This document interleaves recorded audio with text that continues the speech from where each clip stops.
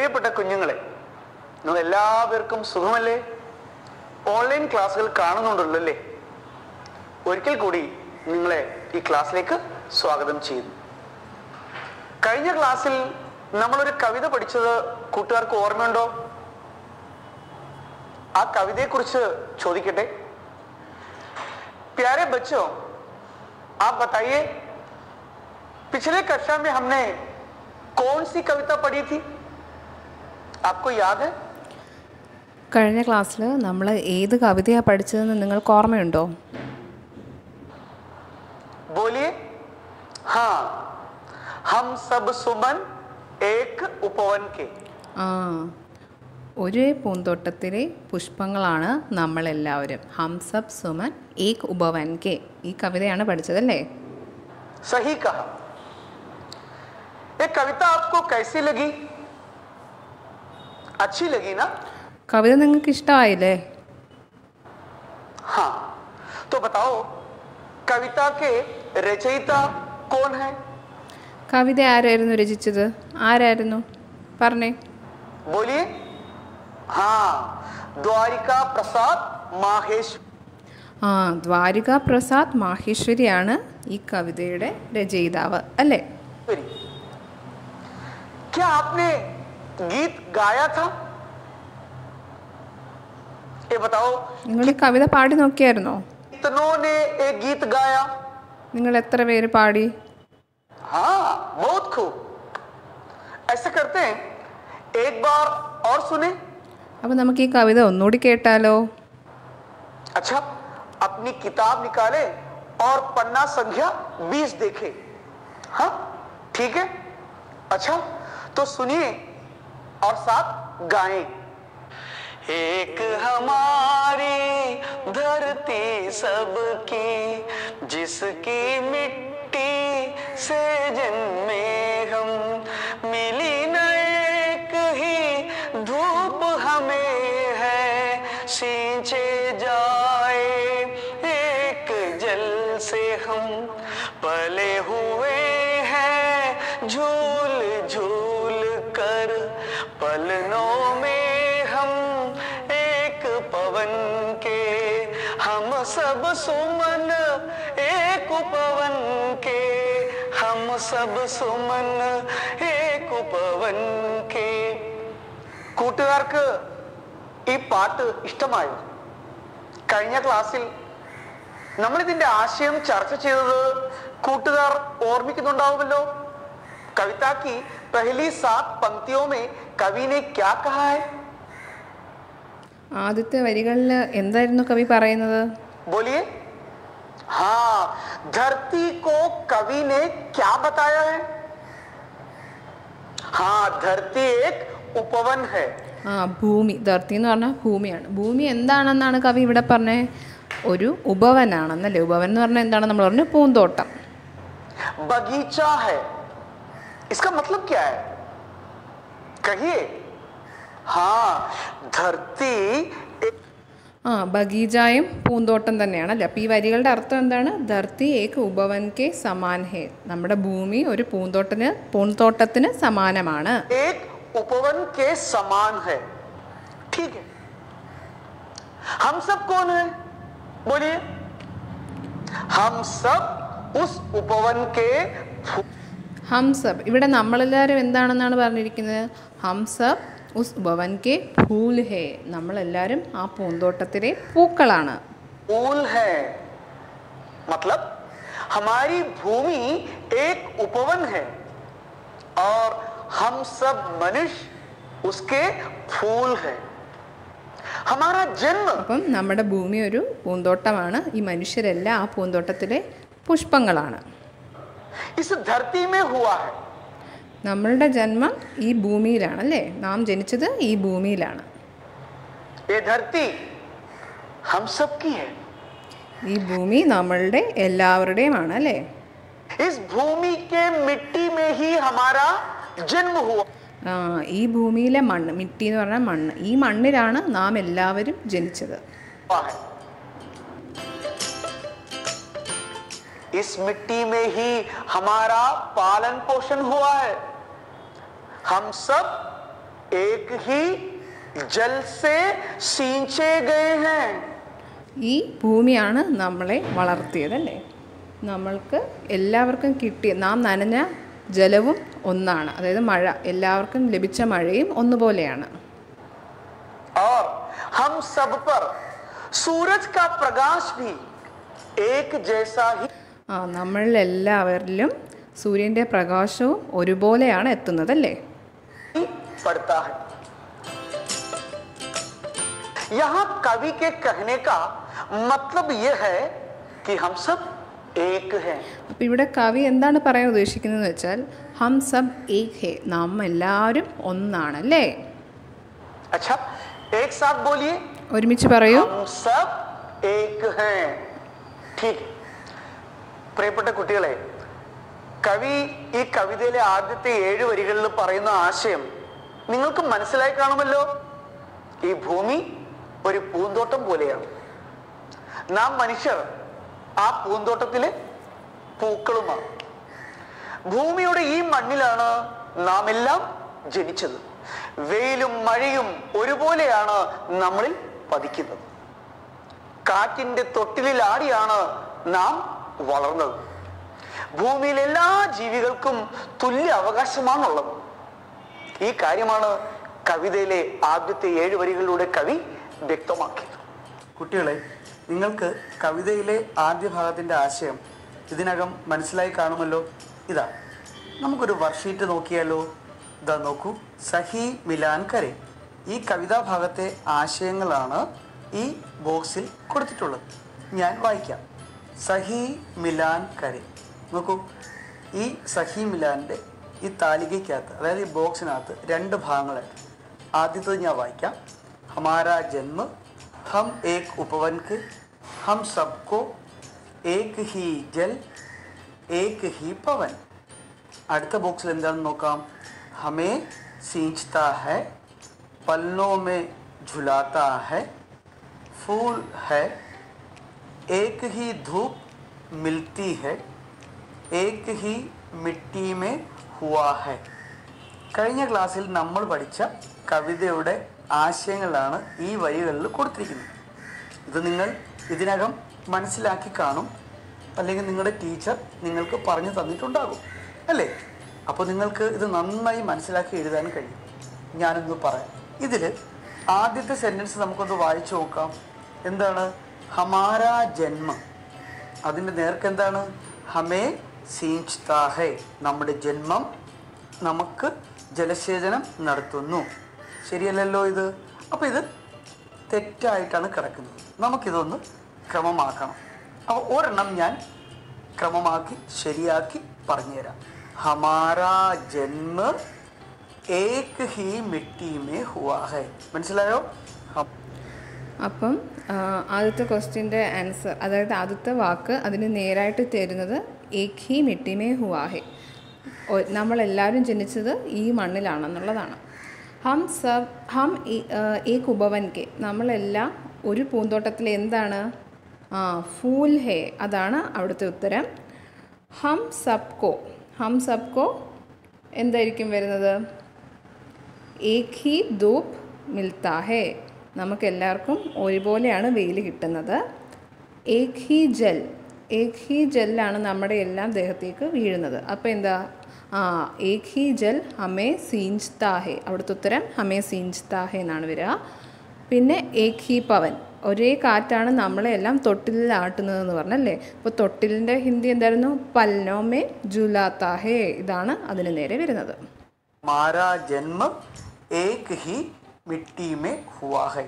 ഇതുപോലെ നിങ്ങൾ ഈ ബോക്സിലുള്ള ഓരോ സെൻറ്റൻസുകളും ശരിയായി താഴെ എഴുതി പഠിക്കണം. എന്തെങ്കിലും സംശയം ഉണ്ടെങ്കിൽ നിങ്ങൾ ടീച്ചറോട് ചോദിക്കുമല്ലോ. ഈ വാക്യങ്ങൾ ശരിയായി എഴുതി കഴിയുമ്പോൾ ഈ 7 വരിയുടെ ആശയം നിങ്ങൾക്ക് നന്നായി മനസ്സിലാവും കേട്ടോ. ശരി.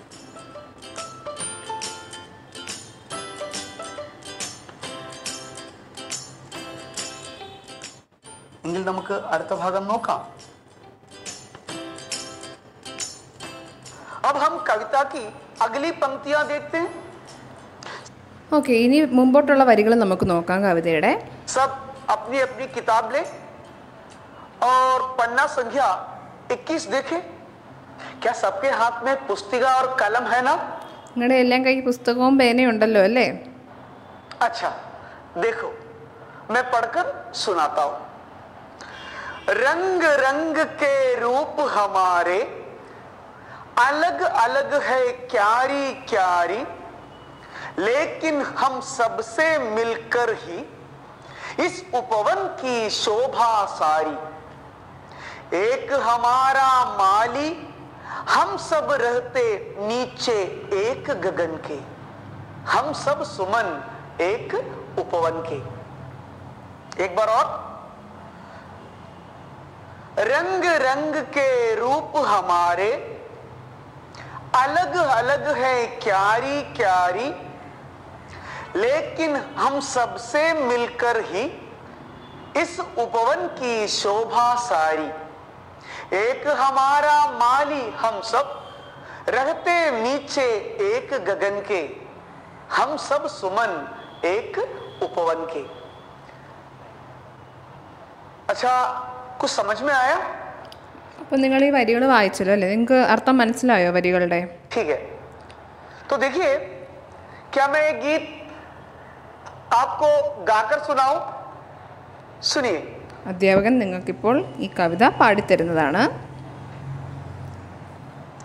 आप भी मेरे साथ गाइएगा जरूर, ठीक है? देखिए, रंग रंग के रूप हमारे अलग अलग है क्यारी क्यारी, लेकिन हम सब से मिलकर ही इस उपवन की शोभा सारी। एक हमारा माली, हम सब रहते नीचे एक गगन के, हम सब सुमन है एक उपवन के, हम सब सुमन है एक उपवन के। कैसा लगा? अच्छा, നിങ്ങൾക്ക് ഇഷ്ടമായോ കവിത? अब देखिए, पहली वाली दो पंक्तियां, रंग ആദ്യത്തെ രണ്ട് വരികൾ നോക്കാം. रंग के रूप हमारे अलग अलग है क्यारी क्यारी। रंग रंग के रूप हमारे अलग अलग है क्यारी क्यारी। रंग रंग के रूप हमारे किसके? बोलिए। ആ രംഗ് രംഗ് കെ രൂപ് ഹമാരെ, ആരുടെ രൂപത്തെ പറ്റിയാണ് ഇവിടെ പറയുന്നത്? रंग रंग के रूप किसके हैं? हाँ, बगीचों के फूलों के। അപ്പം പല നിറത്തിലുള്ള രൂപം ഇവിടെ ആർക്കാണുള്ളത്? ആരെ പറ്റിയാണ് പറയുന്നത്? ആ പൂന്തോട്ടത്തിലുള്ള പുഷ്പങ്ങളെ പറ്റിയാണ് പറയുന്നത്. बगीचे में कई रंग के फूल हैं। അതായത് പൂന്തോട്ടത്തിൽ പല നിറത്തിലുള്ള പുഷ്പങ്ങളുണ്ട്. यहाँ कवि ने किसको फूल बताया है? അപ്പം ഇവിടെ കവി ഫൂൽ ആരാണെന്നാ പറഞ്ഞിരുന്നത്? പുഷ്പങ്ങൾ ആരായിരുന്നു? बताइए। നിങ്ങൾ പറയൂ. हाँ, हम मनुष्य को, इस दुनिया में रहने वाले मनुष्यों के ഈ ലോകത്ത് ജീവിക്കുന്ന മനുഷ്യരാണ് പൂക്കളെന്നാണ് കവി പറഞ്ഞതല്ലേ? रूप अलग अलग हैं। അതുപോലെ അപ്പോൾ എന്താണ് ഈ വരികൾ കൊണ്ട് ഉദ്ദേശിക്കുന്നത്? ഈ ലോകത്ത് ജീവിക്കുന്ന പല മനുഷ്യരുടെയും രൂപം പലതാണല്ലേ? देखे കുട്ടികളെ, നിങ്ങൾക്കിത് മനസ്സിലായോ? പൂന്തോട്ടങ്ങളിൽ പല നിറത്തിലുള്ള പൂക്കളുണ്ട്. അതുപോലെ ഈ ലോകത്തും പലതരത്തിലുള്ള മനുഷ്യരും താമസിക്കുന്നുണ്ട്.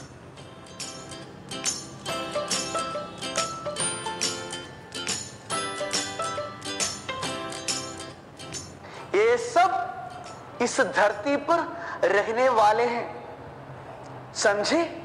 അപ്പോൾ ഇവരെല്ലാം ഈ ഭൂമിയിൽ ജീവിക്കുന്നവരാണല്ലേ? हाँ, इसी प्रकार बगीचे में अलग अलग रंग और रूप के फूल हैं. അപ്പോൾ അതേപോലെ ഈ പുഷ്പങ്ങളെ പോലെ അതായത് ഈ പൂന്തോട്ടത്തിൽ പല നിറത്തിലുള്ള പൂക്കളുണ്ടെന്നാണ് പറയുന്നത്. अब क्या अलग अलग क्यारी क्यारी? ഇനി പറയുന്നുണ്ട് അലഗ് അലഗ് ക്യാരി ക്യാരി എന്ന്. അതെന്താ? क्यारी क्या है? ക്യാരി എന്ന് പറഞ്ഞാൽ എന്താണ് അർത്ഥം? തടം എന്നാണ് ഇവിടെ അർത്ഥം പറയുന്നത്. इसका अर्थ मालूम है? देखिए, ये है क्यारी, जिसे मलयालम में तड़म कहते हैं. എന്താ ഇവിടെ കവി ഉദ്ദേശിക്കുന്നത്? വയലുകളിലും പൂന്തോട്ടങ്ങളിലും ഓരോ ഇനത്തിൽപ്പെട്ട ചെടികളെ നടുവാൻ മണ്ണിന്റെ തടങ്ങൾ തീർക്കാറുണ്ട്. വരമ്പുകൾ പോലെയുള്ള ഇത്തരം സ്ഥലങ്ങളെയാണ് ഹിന്ദിയിൽ ക്യാരി എന്ന് വിളിക്കുന്നത്.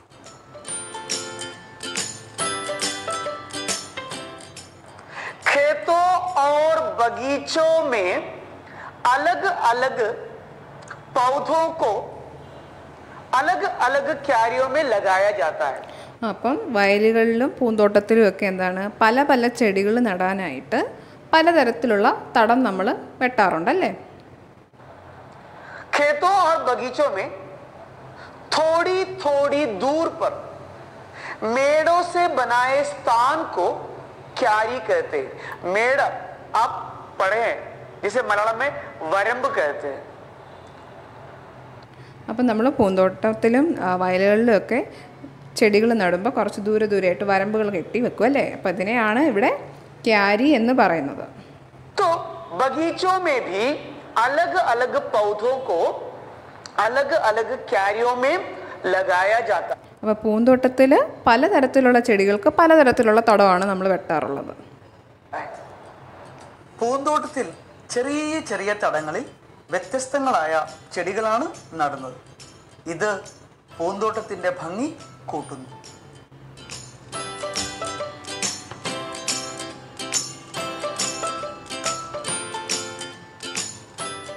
क्या आपको समझ में आया? कहने का अर्थ है, നിങ്ങൾക്ക് മനസ്സിലായോ എന്താ പറഞ്ഞതെന്ന്? अलग अलग क्यारी में अलग अलग फूल हैं. പലതരത്തിലുള്ള തടങ്ങളിൽ പലതരത്തിലുള്ള പുഷ്പങ്ങളുണ്ട്. इन फूल के रंग और रूप भी अलग अलग. ഈ പൂക്കളുടെ നിറവും അതുപോലെ രൂപവും എല്ലാം അതുപോലെ വ്യത്യസ്തമാണ്. അതെ, എല്ലാ പൂക്കളും ഒരുപോലെയല്ല അല്ലേ. പല പൂക്കളും പല നിറത്തിലും പല രൂപത്തിലുമാണ് ഉള്ളത്. कवि कहते हैं, इस धरती पर अलग अलग स्थान है. उन सभी स्थानों पर अलग अलग रूप और रंग वाले मनुष्य भी रहते. അപ്പം കവി എന്താണ് ഇവിടെ ഉദ്ദേശിക്കുന്നത്? ഈ ഭൂമിയിൽ പല പല സ്ഥലങ്ങളുണ്ടല്ലേ. ആ പല പല സ്ഥലങ്ങളിലും വ്യത്യസ്ത രൂപവും വ്യത്യസ്ത നിറങ്ങളുമുള്ള മനുഷ്യരുമുണ്ട്. समझ गए? अच्छा, अब अगली पंक्तियां देखें. लेकिन हम सब से मिलकर ही इस उपवन की शोभा सारी. അപ്പം നമുക്ക് അടുത്ത വരികളാണ് ഇപ്പം പാടിയത്. लेकिन हम सब से मिलकर ही इस उपवन की शोभा सारी.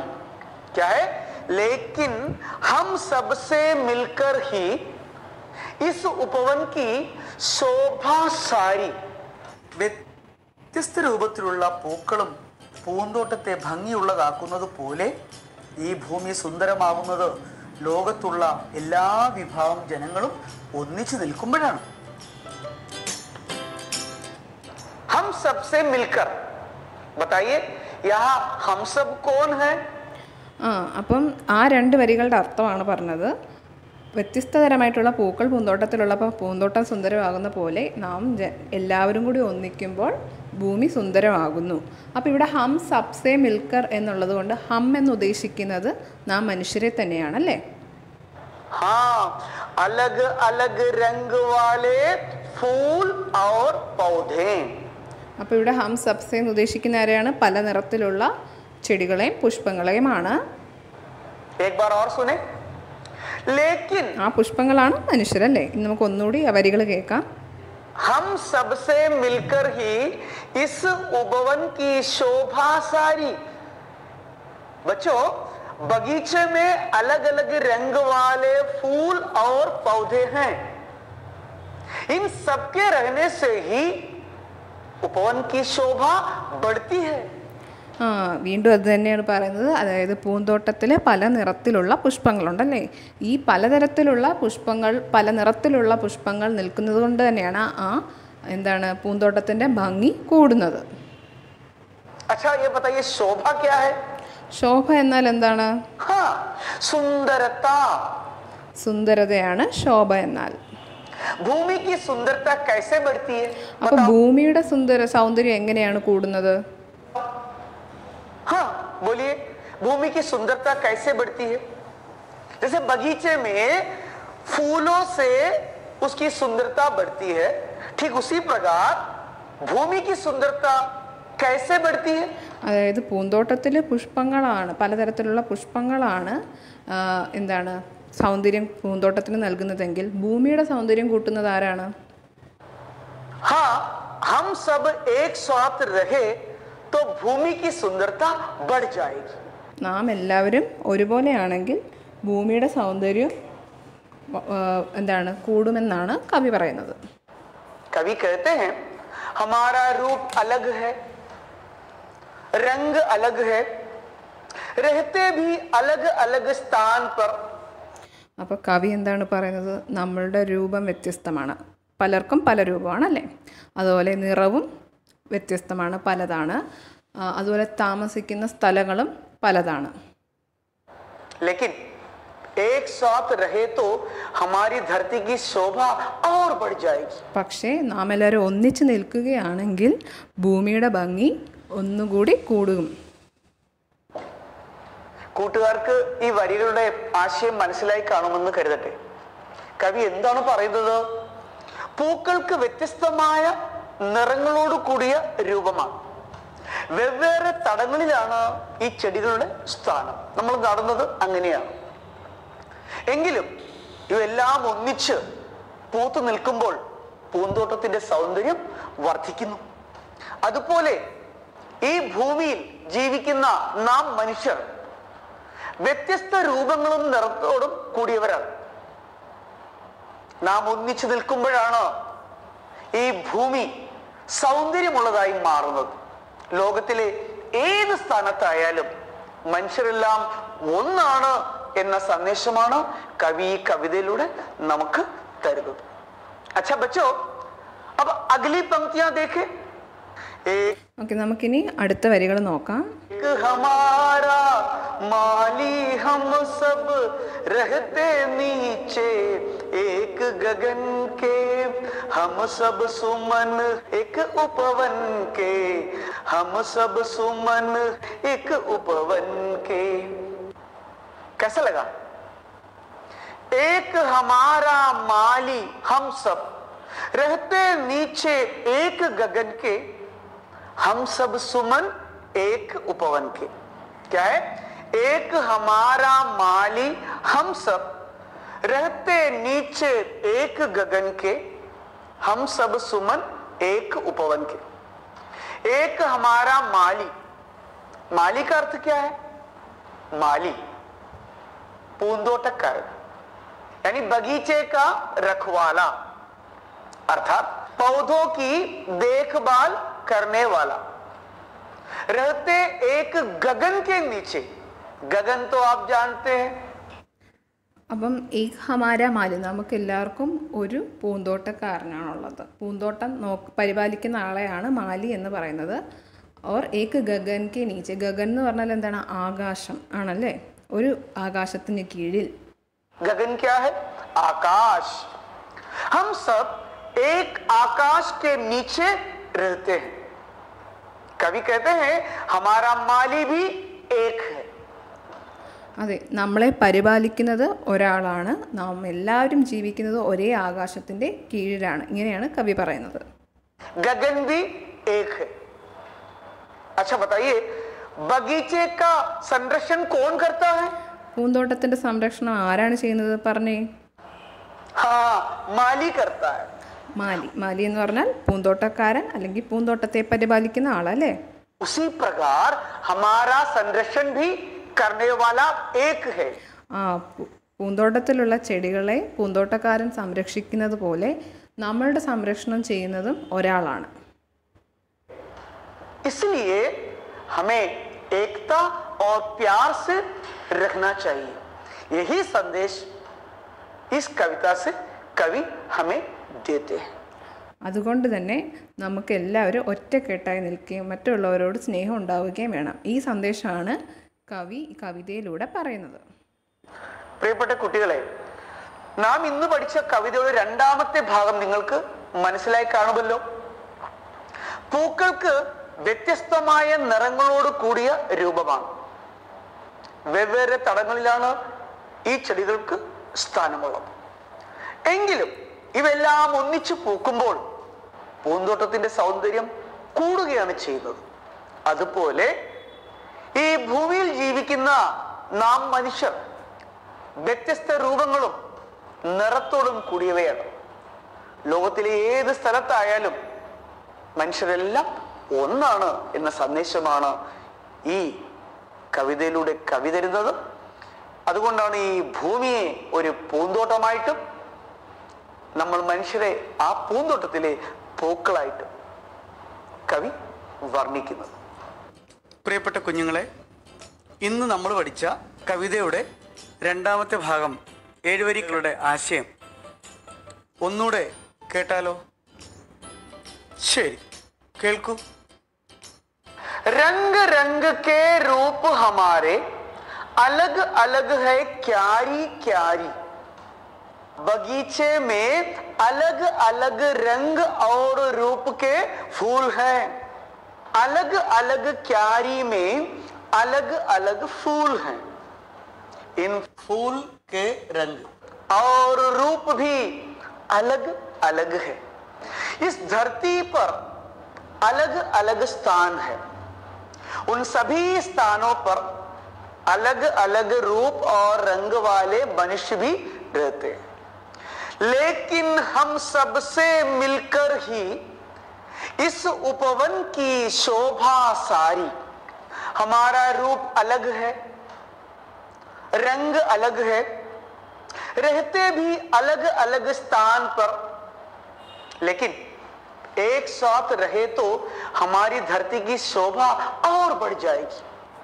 एक हमारा माली हम सब, रहते नीचे एक गगन के, हम सब सुमन एक उपवन के, हम सब एक आकाश के नीचे रहते हैं.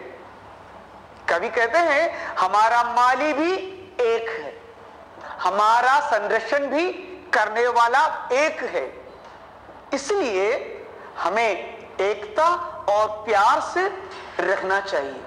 കവിതയിൽ എന്തെങ്കിലും ഇനി സംശയമുണ്ടെങ്കിൽ ടീച്ചറോട് ചോദിക്കണം. ടീച്ചർ നിങ്ങളെ സഹായിക്കും. കവിത നിങ്ങൾക്ക് നന്നായി മനസ്സിലായി കാണുമെന്ന് കരുതുന്നു. ഇന്നത്തെ ക്ലാസ് ഇവിടെ സമാപിക്കുന്നു. അപ്പോൾ നിങ്ങൾക്ക് എല്ലാവർക്കും അവസാനം കവിതയുടെ ആശയം ഹിന്ദിയിൽ അധ്യാപകൻ ആദ്യം പറഞ്ഞത് തന്നെയാണ് അതിൻ്റെ അർത്ഥം. അപ്പോൾ ഈ ക്ലാസ് നിങ്ങൾക്ക് യൂസ്ഫുൾ ആയെന്ന് വിശ്വസിക്കുന്നു. Thank you.